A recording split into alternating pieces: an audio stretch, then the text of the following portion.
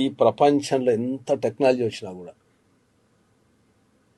Okay, ఈ ప్రపంచంలో ఎంత టెక్నాలజీ వచ్చినా కూడా ఫ్యూచర్లో కింగ్ అయ్యేది రైతే.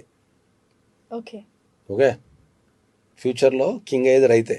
ఓకే ఈ సమాజం ఇంకొక 20 సంవత్సరాలు పోతే ఉల్టా పోయి ఊర్లలో పోయి పిల్లల్ని ఇచ్చుకుంటారు, రైతులకు పిల్లల్ని ఇస్తారు. ఓకే ఉమ్. సో ఎత్తుకులాడుకొని మరి పిల్లల్ని ఇస్తారు.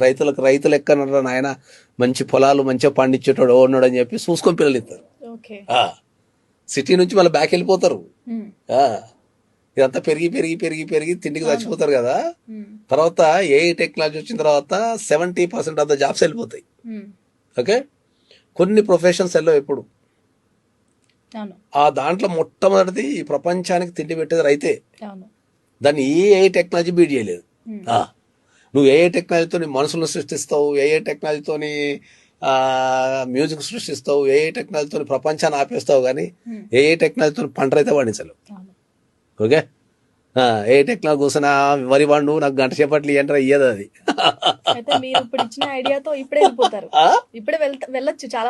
నేనైతే అసలు నాకు గనక ఆడపిల్ల కనుకుంటే, నిజంగా నాకు ఆడపిల్ల కనుకుంటే ఆ కట్నం ఇచ్చే బదులు ఓ 50 ఎకరాలు కదా 20 ఎకరాలు నా స్థాయికి దగ్గర అడుగుని రైతుకి ఇచ్చేసేస్తాను. లేదు, అది మంచి ఒక ఊర్లో ఈ హైదరాబాద్లా బయటికి పోతే ఇంటికి వచ్చేంత వరకు గ్యారంటీ లేదు.